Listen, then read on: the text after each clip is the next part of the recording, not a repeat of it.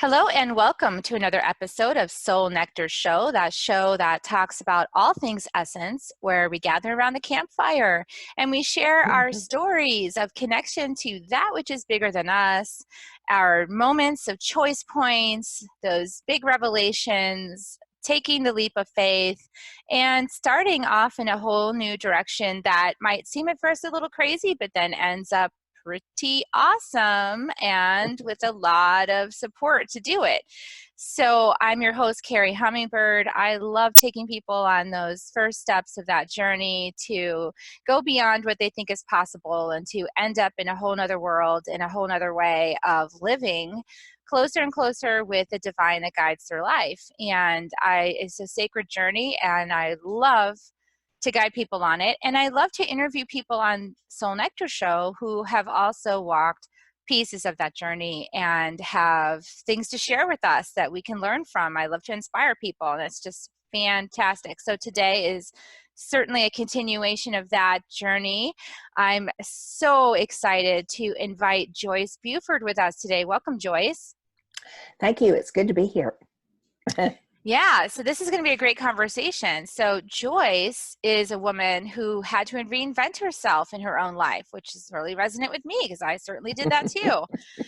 She's has a private and group coaching programs that focus on helping women who have experienced their own transitions, such as divorce or death of a loved one, find what would make them feel like they are living on purpose. And I think that's so important, living on purpose. She was personally mentored and assisted in training programs with Morrissey and Jack Canfield, who is the author of the Chicken Soup for the Soul book series. And she has a program, Life Without Limits, a system where women receive support during their transition and are able to reclaim their true purpose and strengths. They receive tools they need to map out their lives. And she has a weekly podcast, SecondWind, with Joyce Buford, and I was on there. So I'm on that show too. So go check out my episode and say how much you like it so we can find more people. Yeah, right. Yeah, I know. Yeah, click subscribe and click like over at SecondWind with Joyce Buford. And of course, the show notes will have all of these links, but definitely the goal in having all of these conversations is to reach people who have conquered a life-changing transition or in the middle of one and could use some support. And we all know how life gets so crazy. And I was telling Joyce just before I just got home from a weekend visiting back with all the moms that had babies together. My 20 years I've known these women. We started raising our children together in those first, timid first few years of being a mother, where everything goes crazy. You have little babies that scream and poop and do all kinds of things. And wow, that was intense to see these ladies again. So that's my frame of mind. But I want to hear from you, Joyce. I always love to ask people, tell us about your beginning of your journey toward your purpose that you have right now, that big transition, that leap of faith, and that, what was it like? What did you come to? Tell us more about you. Well, I think I was like most people that start in their, when I was 6, I was listening to the Cinderella tapes, but mine were not tapes. They were little bitty records that probably your age does not even know, but it was a package and it was about Cinderella. And I listened to that and I listened to it repeatedly, and I dreamed about meeting my prince. Well, I did in my 20s, and life just seemed so perfect. We dated 8 years. That should have been a clue, but it was not, because I was just head over heels in love with this man. And so then we decided to have a family, adopted 2 children, and life just kind of, we had some very good years in the beginning, and then it kind of separated, and we kind of started living our own lives. And so what happened to me is, although the signs were there that we were in trouble, that we needed help, it really came, I like to call it a defining moment. There are lots of them along the road when you're married, that you just think, well, I'm very optimistic. So I kept thinking, well, next year is going to be better. Next year is going to be better. But the day that my husband went off to California to work with a coach, he came back and I was so excited and optimistic this was going to be the key. And so he went into his office upon returning, shut the door, and I could hear paper rattling. And I was getting so excited about this answer that was going to come. And I walked in, indeed it did come. And I walked in, he came out, he told me not to go into that office. You know, that was his. It's private. So anyway, you know what that did in me. Well, that just said, I'm going in that office. So the next morning when he went to work, I went in that office to see what was on the wall. And there were names, and then beside each name, there was a line. And the line seemed to go and represent to me the lifeline. And so first off, there was our son, Chris. His line went all the way to the right. Then there was my daughter, Lauren. Her line started, went all the way to the right. Then there was Joyce, my line. My line went to the center of the page and stopped. It was sort of like somebody had punched me in the stomach. It was like, what? What does this mean? How could that be? And it was the reality of that moment that just really sent something into me that obviously I'm not going with where the rest of the family is going. And so, although that was not the evening that I said I will divorce, but it was the evening that said, it's changing. Something's changing. And it was a defining moment to me. It didn't end that day, nor the next day, nor the next week, but actually about 4 years later. We went to therapy, we tried.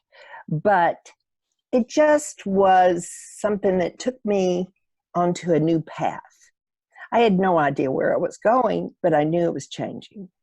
So that's kind of my defining moment. You know, you stand there and you go, how did we get here? How in the world did we get here? But we're there, and a decision needs to be made. And I can really still feel your heart in that. I mean, it's a big life decision when you spend so much time with somebody, so many years, especially of your formative life. I mean, as a young adult with this one person, and we grew apart without even realizing it, I think. And I mean, I think we do. I think you knew along the way that things were not as aligned as they once were. But then we often know that, but then we don't know what to do about it, because you can't make someone stop being themselves as they're growing, right? Right. And that can really pull apart a relationship. Yeah. In our relationship, I became a single mother and he became an absent father. And so there's pretty obvious signs there. But it's when you kind of sit down, and there's another strange thing that happens, at least it happened with me. I just kind of lost my voice. I got really quiet, as if I had lost my voice. So, you know, I didn't confront my husband about the paper on the wall. I just kind of took it in, which, looking back on it, because of my growth, I would like, why didn't I say something? What was the reason? You know, it's just so strange to look back on those, because I'm not the woman that left that marriage. Well, clearly you have your own radio show. I mean, you have a radio show. Joyce speaks now, so, you know. Oh, yeah, I'm speaking.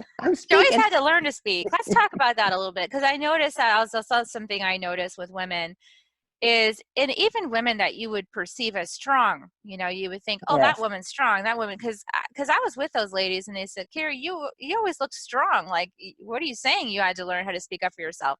I said, well, I'm strong out in the world, but then you put me with my partner, my intimate person, and it was hard to speak up. It was hard I didn't like all that conflict, you know, at home. So talk a little bit about that, because that's definitely a journey I think a lot of women go through. Yes. You know, I mean, It depends on the partner, what the relationship is going on. Sometimes we can get in where we're actually living with a narcissist, and their whole game is to shrink us. So, if you will, that kind of shapes the marriage. I did a series on 4-part series on narcissist, and I was totally surprised at the responses I got. So many women sent me messages saying, "Thank you, I'm listening to the whole thing. Thank you for doing this." And it's just, how do you get through that crazy time to even identify, to know who you're living with, why all this craziness that you're experiencing isn't really just me, it's the situation. So it's bigger than we think, I think, in many relationships, and probably causes one to go quiet many Well, times. I think a big part of that, a big telltale sign, is sincere apologies. Like whenever there's something that goes wrong between two people, in their Mhm, relationship, a mhm. sincere apology is an indication that both people, whoever's giving the sincere apology and then actually trying to make steps to change, that Yes. is engaged in owning responsibility for whatever the thing Yeah. is. Yeah. And when you're not getting sincere apologies or even getting the words "I'm sorry" coming out of someone's mouth, is a really clear sign that there is some narcissism going on, right? That's a really good sign. You got it. That's a big one. That is oh yeah, that was it. But what was so funny, after I started my journey to healing, I call it, and it really was a journey. I just kind of stumbled along for a while, going from one. I went to Sedona. I went to different people having different workshops. But there I found a woman from Texas, from Austin, who was doing a workshop at one of your retreat centers. And you know what the name of her workshop was? What? We sat there just visiting, getting to know each other. And it was how to get out of your own way. And I signed up for that workshop that day. I'm in. I'm in. I knew I was part of the problem, but I didn't know how to get me out of the whirl. And so she had done a lot of work with Jack Canfield. And that's how I got in with studying with Jack. He at that time had a whole series of how you could graduate through his work. And I started out with the business principles. And that's all about healing you anyway. You just keep learning about yourself, learning about yourself. You start just wonderful exercises. The man he's really wonderful. And so anyway, that's what I did for the next 4 years, actually, and grew and changed a lot. And it opened a lot of doors. But, there's always different messengers out there that you want to work with and grow a little bit more. And Yeah, so, it's amazing to me. For me, I don't know if you feel the same way, but I suspect you do.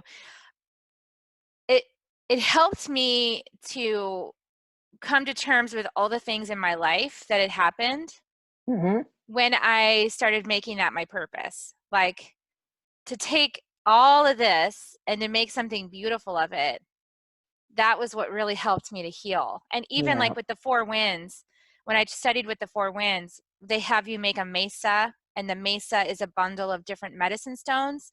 And uh-huh, each one of those medicine stones is actually some hook or something from your life that you're trying to heal, that like one of my stones dealt with my need for validation from my parents, that, my mom, that I never got, so like I had a stone that was yes, like a validation stone.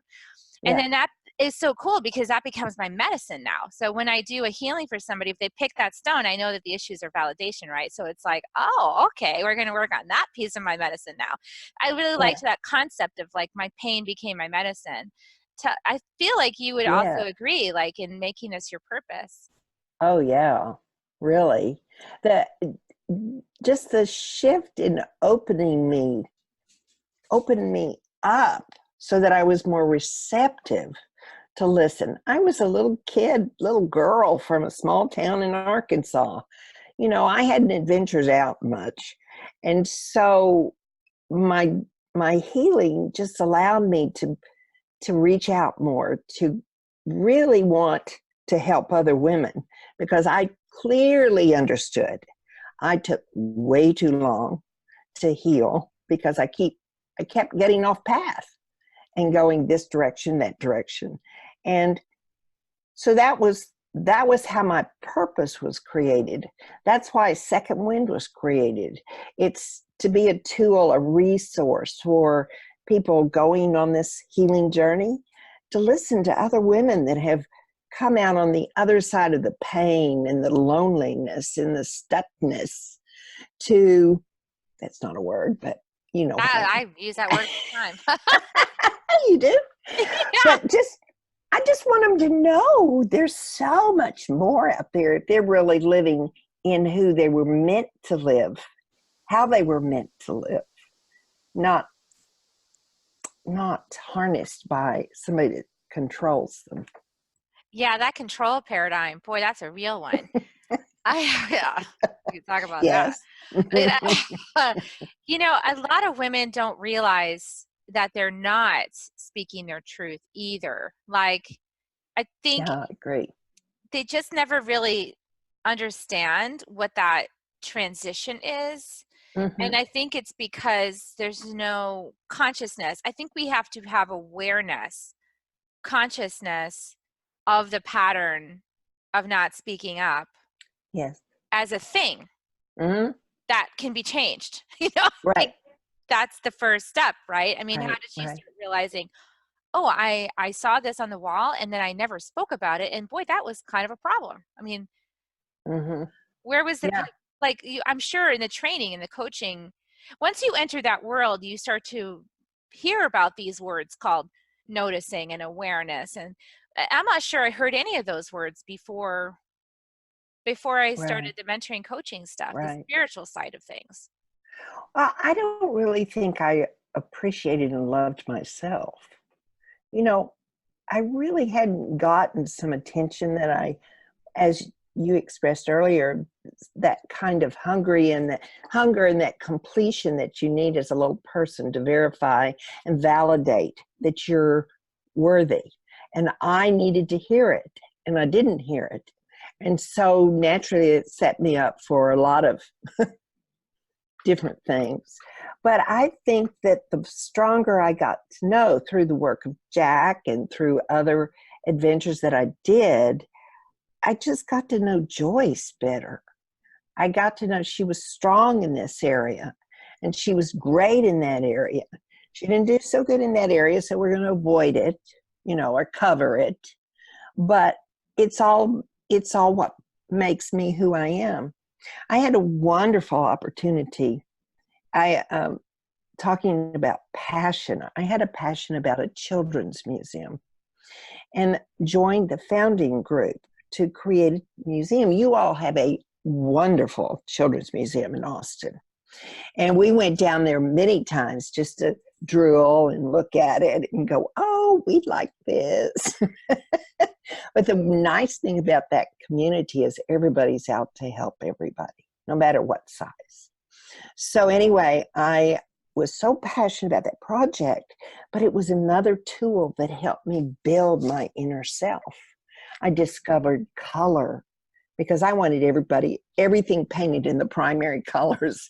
They used to laugh at me because I love purple and red. But it was a building block for me. It gave me, and I didn't even realize that I was soaking all that in. And it was validating that I'd never directed a children's museum before. And I did that for 5 years. It was just something that gave me more power, more acceptance of who I was. Yeah, it was an outside project that could let you shine outside of your marriage. And I think that started happening for me too. It's so funny that we had like kind of parallel visions there. But I ended up directing Silicon Valley Open Studios in California. Oh, that's right. You're in for California. 3 years. And I was the executive director. I didn't know how to do that.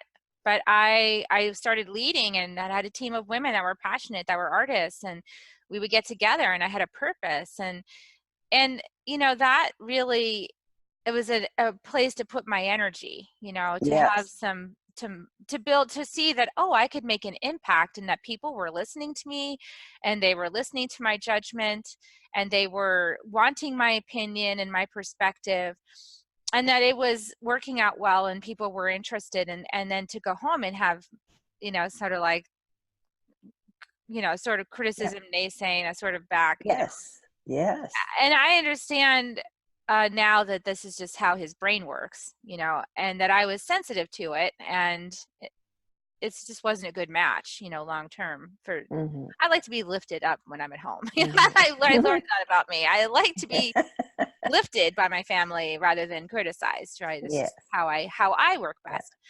But how do you deal with it? Because this is something I've had to, as a host, and creating a space for conversations like this, and getting interviewed, right? Like, Mm-hmm. there's so many ways we could spin the story, right? Mm-hmm. And how have you walked that journey in terms of your own family, and like what parts you talk about and what things you don't talk about? And I mean, it's a learning journey that I've been on, for sure. It's like, how do I go about framing the story of my life when I'm going to go out and talk? What's your journey been like with that? Well, I was really silent about my husband, my ex-husband. I live in a small community. I protected him when I was married, and I protected him after I was divorced, not wanting to show that darker side of him. And um, so actually the Narcissist series was created by a coach that helps with the podcast, and she has experienced that too. And we just two happy ladies got together one day and said, let's do it. And so we did the series. That was big for me, because all of a sudden that drape, or that wall I built around, started crumbling, and I started expressing myself. I have to be careful in some aspects, because not everybody wants to hear it, and everybody has their own defenses. And I had 2 children from that marriage that adore their father, and so we have boundaries. But all I want to do is rebuild the relationship with my children. And so if that's really where I'm going, then I don't need to go with the explanation of this, or because of this happened. That's not important, but I can be there for my children, and I can work on rebuilding the relationship, which had declined in the last few years. And was that as a result of that series on narcissism? Yes. Yeah. I think people should really understand that, because part of the reason why we have these conversations is because of how many women reached out to you after you did that series. Thank you for speaking Yeah. up. Yeah, it's called being a whistleblower. Yeah. you know Yeah. and don't kill the messenger. It's basically the message, because Yeah. we're here doing this work, and yeah, your family can really react poorly to it, because you're actually revealing some of the dark underbelly, but not just of your family, but of like lots of families. Like, Mm-hmm. that's what I started trying to communicate to my family, was like, listen, this isn't about you and me. Like, it feels that way, but if you start to pay attention, this is about a lot of people are going through Mm-hmm. this. Like, an entire Right. culture is going through this thing. Yeah. And I found a little piece of solution to this. Mm-hmm. And people want some solution to this, Mm-hmm. and we want to talk about it. Like, we're in a phase now where we're not just keeping it all closed and quiet. We're Mm-hmm. breaking tradition by Yes. talking about it openly Yeah. to make change happen. Mm-hmm. Because change Yeah. hasn't been happening on the quiet psychotherapy in your office and keeping behind closed doors thing. That's not creating No. change. Nothing's No. changing that way, Yeah. right? Yeah.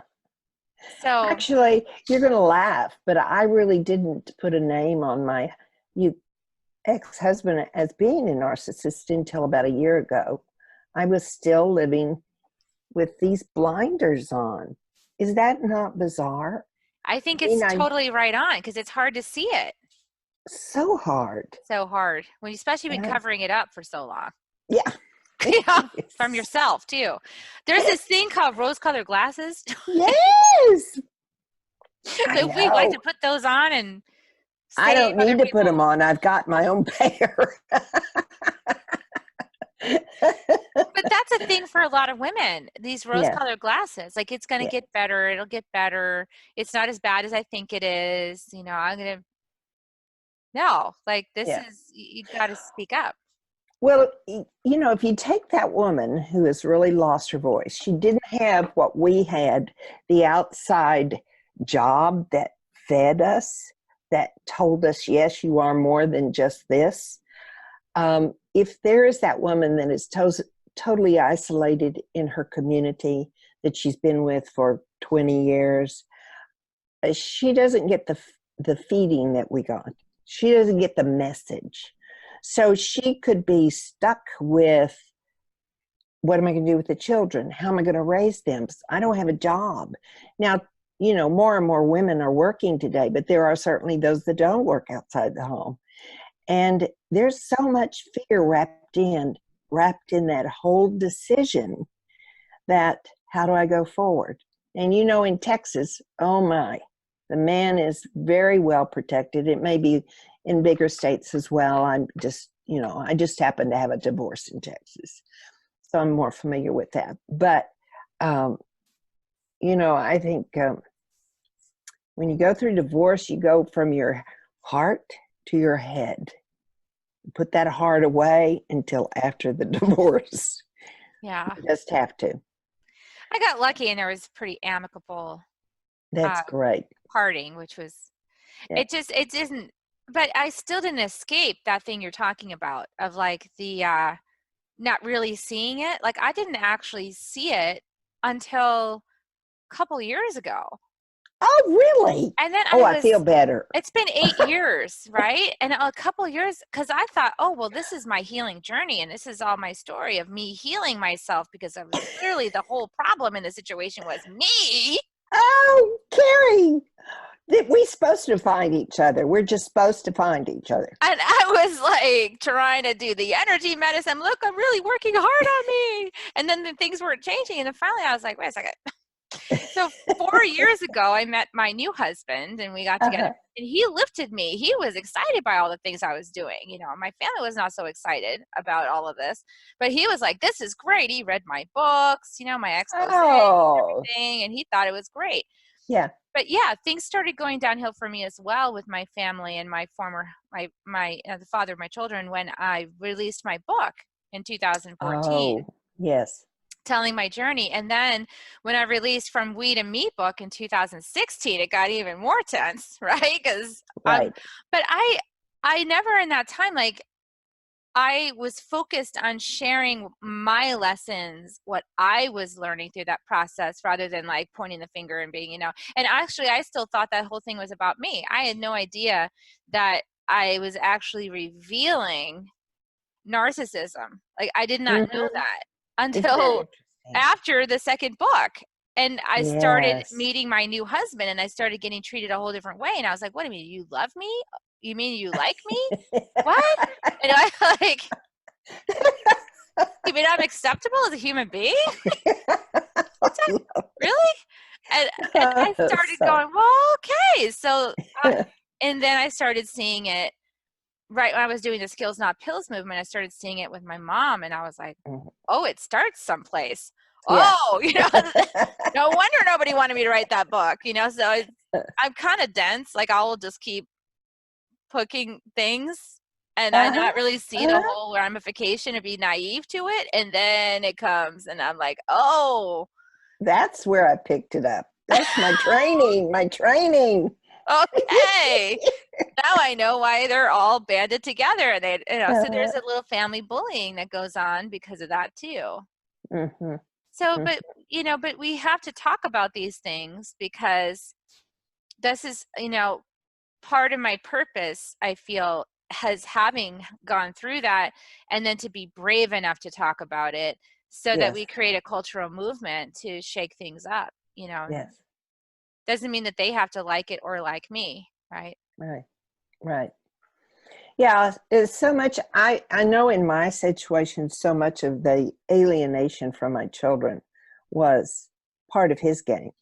Right. And it does happen. And I made a decision that I was going to get to know my kids. And so we had a dinner together, the three of us. There's Chris and Lauren and me. And so anyway, they were just talking together because they're always together at their dad's house. And so I went, wait a minute, this is not working.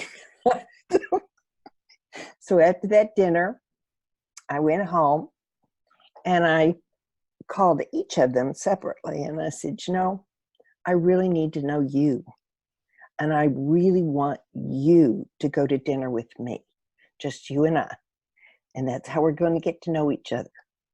And it just has worked beautifully. They love having the time with me, just me.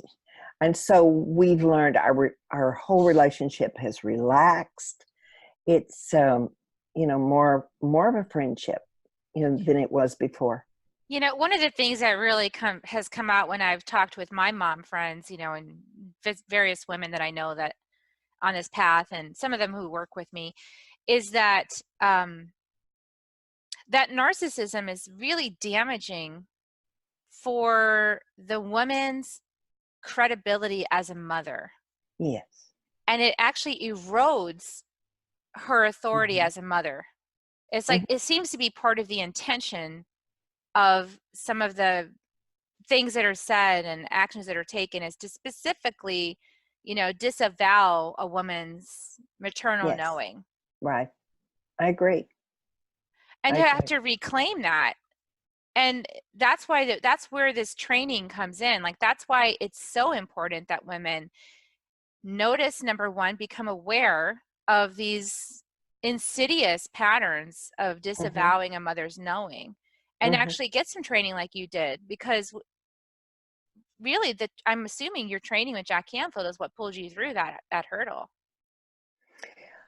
It certainly was a contributor, but it's all of it. I mean, it's every person has brought a piece to my puzzle. And so, he was a powerful force in the beginning.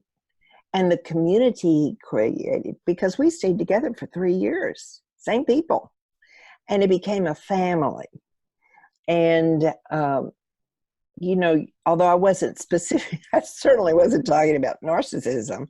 It was more about just getting to know me as a person and how to relate to another person. Jack had an exercise that in the beginning, was so uncomfortable, but we would stand up in front of a person. Could be a man, could be a woman. We'd look them in the eyes. Have you done this exercise? Probably. Oh, I love it.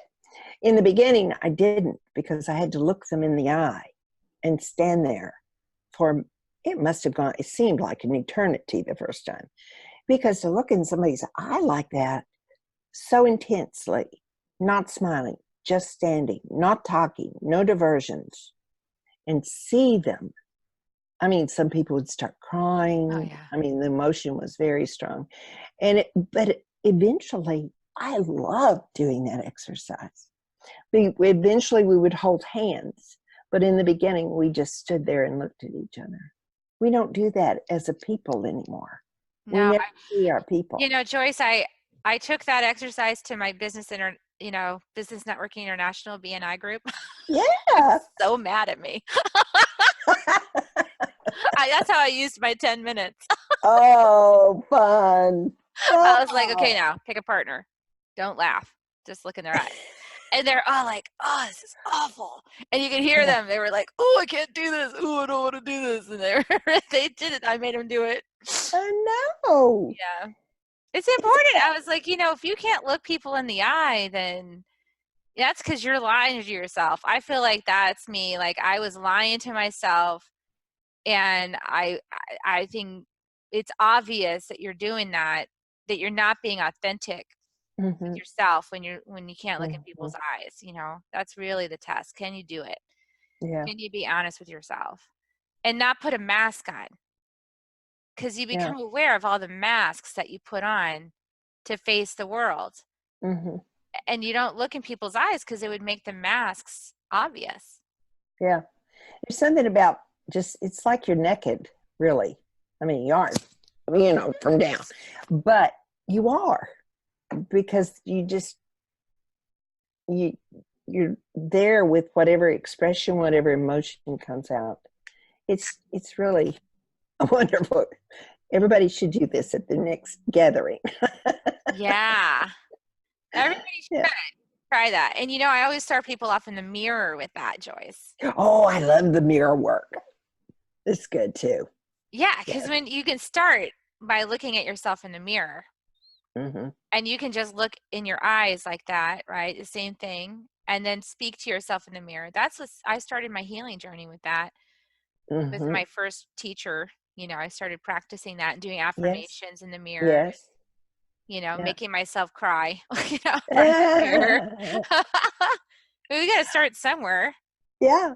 Yeah. Jack did that, I think he said, for 3 years straight, which I think is a major accomplishment It is. to do that long. To Oh do my. that long. And my teacher Heather Ashimara, at one point in the training, she said, okay, now for those of you who are willing to do it, stand naked in front of the mirror and look at yourself and Yeah. just notice, like, what are you saying about your body? Really Mm-hmm. slow down and notice it. It's very vulnerable work, but it is how you dispel the masks and the shadows, and you find out where there's more love needed, right? Right. Yeah. Right. Yeah. Yeah, I think a lot of women would be really well served by slowing down and considering these things rather than staying in the distracted mindset. Because what happens is that a lot of times they don't start the work until they're already at a breaking point. Yes. Like they're I already agree. overwhelmed. They're already, feeling disaster coming on. They're already financially impacted by it, because that's the next thing that happens is the finances Mm-hmm. go. So Mm-hmm. to be really clever in this is to start a lot earlier, and say, Mm-hmm. I'm going to start looking at myself now. But a lot of people don't think, oh, it's not that bad. Oh, I'm fine. Oh, right. They push it Mm-hmm. away. Yeah. So I when you're, did that because I was so ready to escape. I mean, I was ready. And really, that wasn't the best. I think, it doesn't stop you from having to grieve the loss of a life, the loss of hope that you had with this man. Um, it just delays it because you can't fool grief.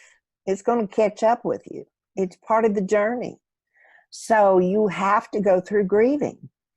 I've got a friend who's lost her husband, and she's been so busy selling all the different things that he had, like a little airplane, all this other stuff that wasn't just easy to sell. And now she's at the end. And she said to me, now he's been gone for 2 years. She said, now I can grieve. I Mhm. went, you're right. You're going to grieve now because you can't miss it. You can't Well, skip and it. you can grieve even without leaving the relationship. Like you're still grieving it because some Yes. part of you knows That's a it's good not. point. Yeah.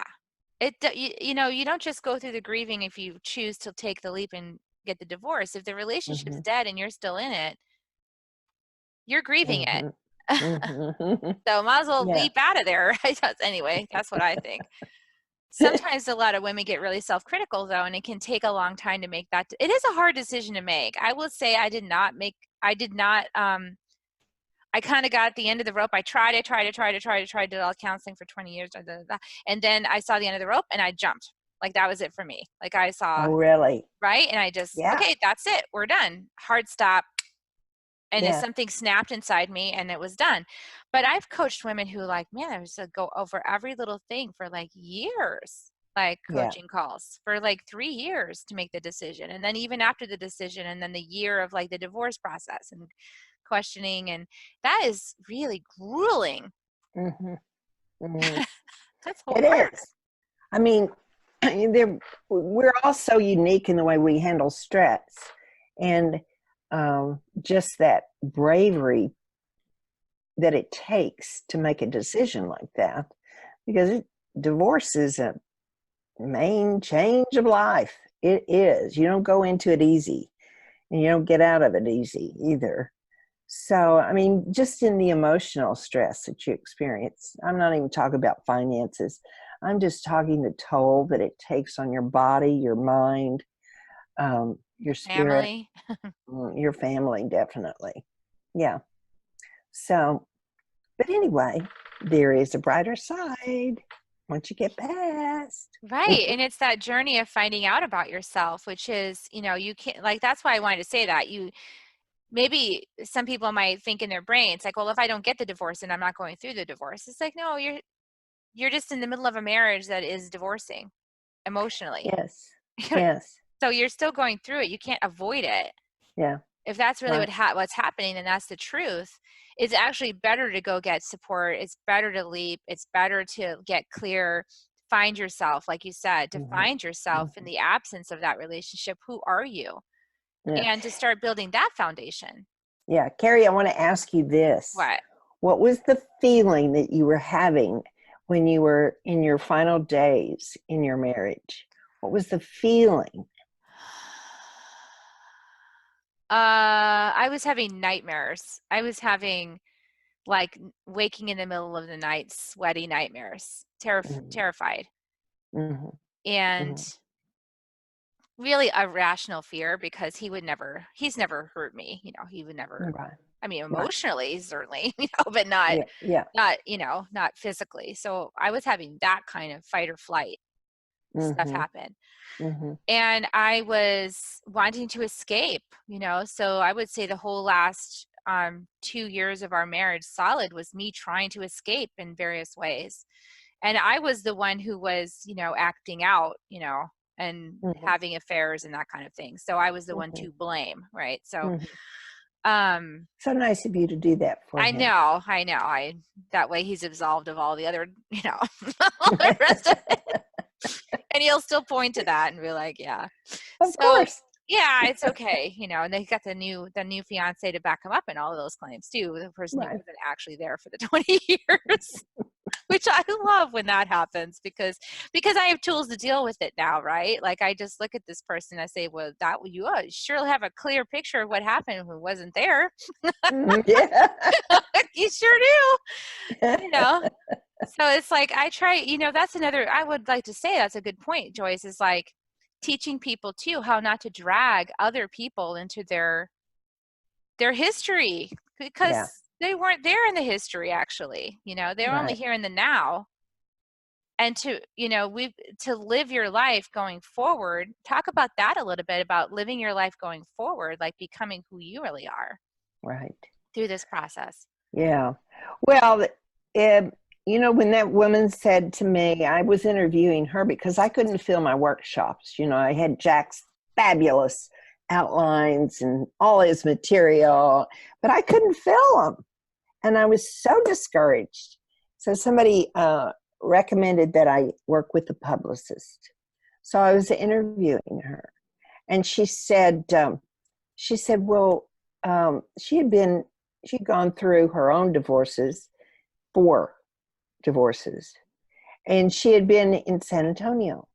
And so she said to me, in the radio business, and she said to me as we were leaving, she said, have you ever thought of being on the radio? Well, my ex-husband was in the TV business. Oh, So, oh no, heaven forbid, that's beneath me. But I tell you what, I love doing my podcast and I love interviewing.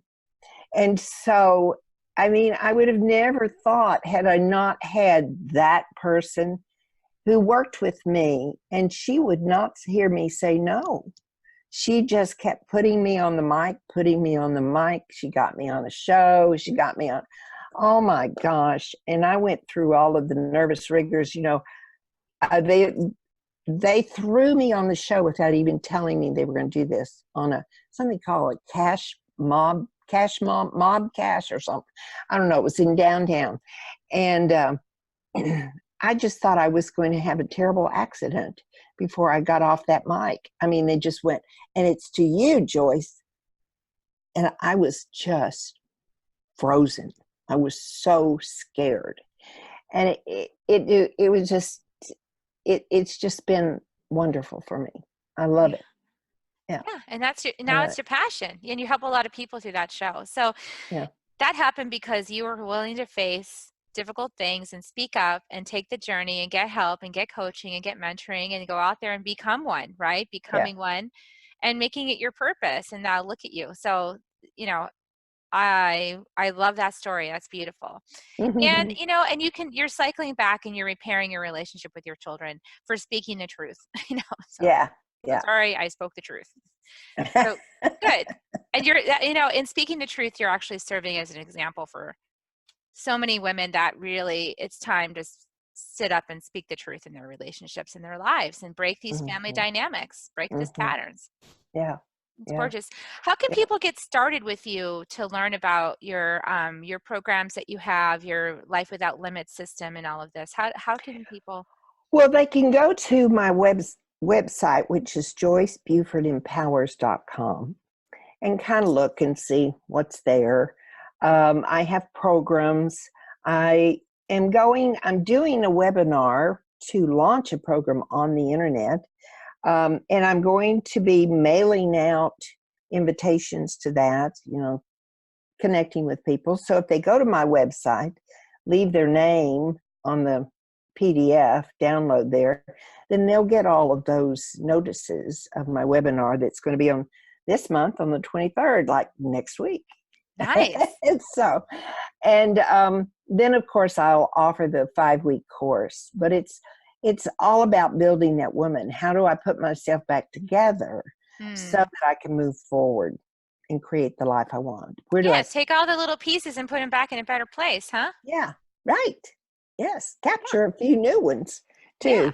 Yeah. So anyway, that's pretty exciting for me. You know, I'm all busy right now creating the talking part, which you think wouldn't be difficult, but it all of a sudden it's like, what? It's so big. It's a big transition. It's hard to boil it down into a couple little nuggets, you know? Yeah, it is. Well, but anyway. I know you're going to do great with that. And so I'll put all the links in the show notes to all the ways to find Joyce and to find your podcast and tune in.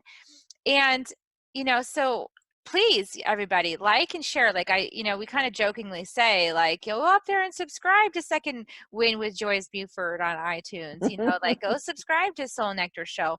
But the reason why is because the more people subscribe, then the algorithms actually work on iTunes and these platforms, YouTube or wherever else, to help promote this work for more people that might need it. So that's why it's important to do it. And if you give us a rating, if you give a little 5-star, then that even helps more, doesn't it, Joyce? Oh, it does. We like all that activity. The activity is good, and give comments and all that, because it helps those platforms. That's what they use to promote certain podcasts over others. So yes. And if you, of course, if you know somebody going through a divorce or contemplating a divorce, they're going to need help through that process for sure. Like they are going to need a guide to that process. So you've got plenty of options, and Joyce is certainly one of them. And they might really resonate with you. Well, they might resonate with you. They might resonate with me, right? It's a personality thing, really. I mean, it's who do you feel comfortable with? So that's why we do these broadcasts, right, Joyce? Because we know that.